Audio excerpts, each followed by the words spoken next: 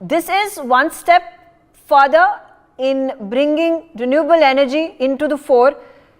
How can the government of India put in the political will, put in the financial impetus to allow for solar energy to be further expanded, explored? And not just solar, green hydrogen is something which is nascent in our country. There has been a conference that has been launched by the Prime Minister a few months ago.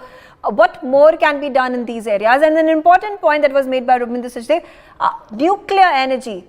How is the government of India at this point of time even focused, or is it on the discussion table as of now? I'll tell you, the commitment is there. The boilers, when they run on bagasse, wood, coal, or liquid like petrol, diesel, or maybe gas, we also have pushed the turbines on hydel, and we also put the turbines on nuclear. And if you would have seen, we have a thrust. The policy says that we will like to implement nuclear because it's green. And if you see the cumulative loss of life and the dangers to life in a thermal coal-based is more than the nuclear, because nuclear you don't see accidents every day, but in the coal, transportation also leads to a lot of wastage and challenges to the life. We have two approaches to it, one strategic and international, another is very domestic and micro planning, which has been done. Let me give you one example of micro planning. 3 crore new houses been connected in last 8 years under Saubhagya Yojana.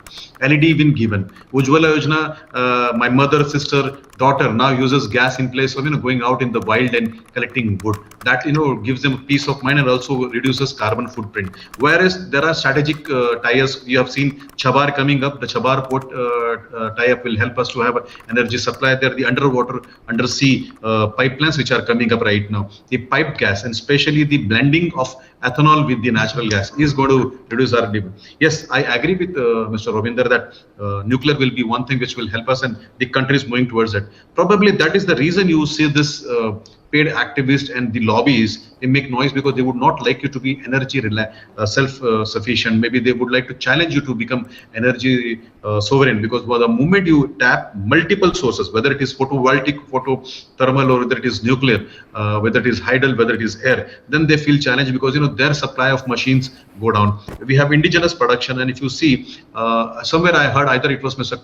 Sharad or Mr. Ravinder Singh talking about production of solar equipments here. Yes, we don't have silicon, so we don't make wafers here, but there are efforts been made to make the panels here, and in the last few years we have reached to that level where we are making panels, and soon probably we will help off of many institutes. I had an opportunity to talk to Professor Chetan Singh Solanki from IIT about how does the wafers go ahead, and I think it was very promising for us. One last point, we are committed to UN Sustainable Development Goals, which it is affordable and green energy. We will not only like to produce, but also produce qualitative energy, which is consistent supply of the voltage.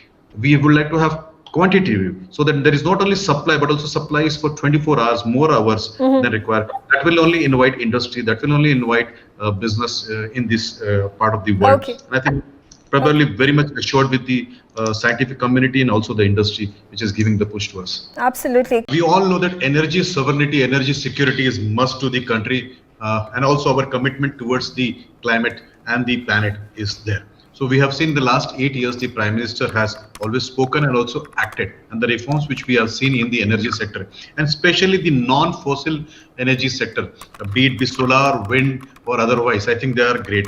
And before I comment on the mute, environmentalist, I would like to rather focus on what we have achieved. So what we have done is we have added more than 170,000 megawatt capacity in the entire country the last 8 years, and out of which I'm very proud that the solar is a prime one. The photovoltaic and the photothermal both are prime. Whether it is on the grid or off the grid, whether they are rooftop solar solutions or whether they are solutions like what we have seen in Kerala today, which was almost around 90 plus megawatt floating, where not only the energy will be produced, but also evaporation of water will be saved. Or be it be 100 megawatt, what we have seen in Telangana, or the way the projection of blending of ethanol has been done in Gujarat, where the ethanol will be blended with not only petrol or ATF, but also with the piped gas, the natural gas, and which will reduce our dependence on importing the fuel.